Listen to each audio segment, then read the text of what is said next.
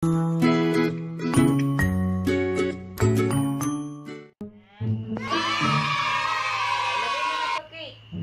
ang letter S?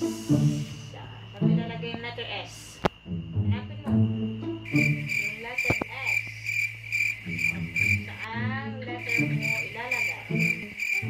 Sige, hanapin mo na. Yay! Letter A. Saan mo ilalagay ang letter A? Hanapin mo.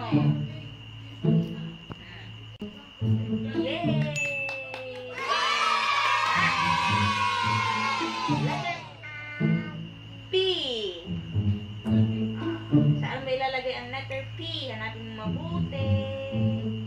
Hanapin mo mabuti. Letter P. Wow!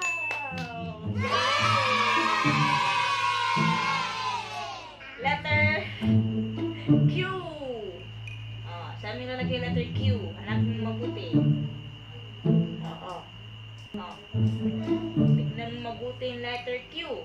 Yan. Tignan mo yung tsura niya. Saan mo ilalagay yan? Ayun! Galing!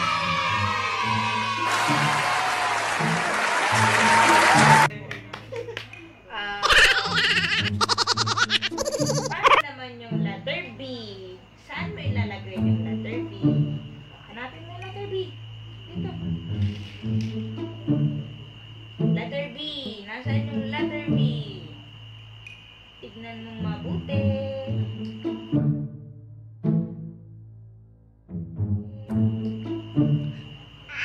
Ano lang mag-isip? Ayun!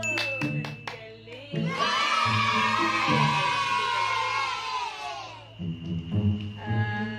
Ito.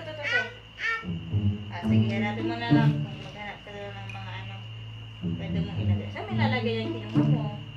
Ang galing naman sa letter C.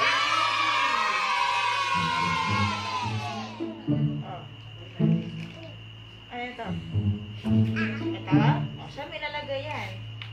Letter B. Ayun! Ang galing! Ito.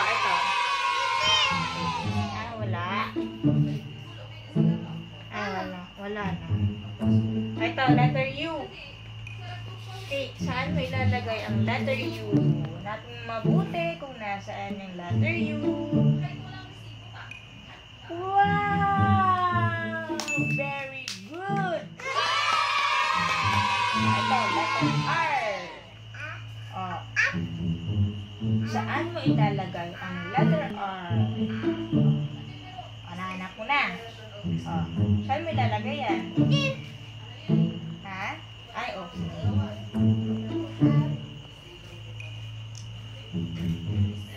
Hindi. Dapat dito yan. Kasi ito yung partner niya.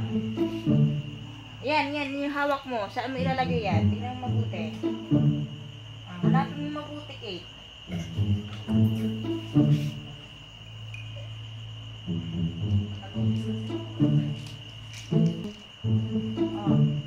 Saan mo ilalagay yan?